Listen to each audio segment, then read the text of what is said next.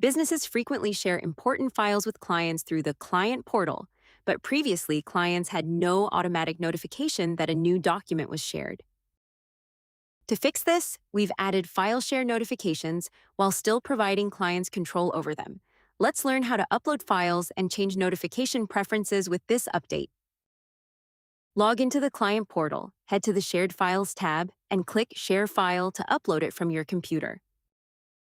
To change your notifications, click your profile in the bottom left corner to open Settings. Switch to the Notification Preferences tab.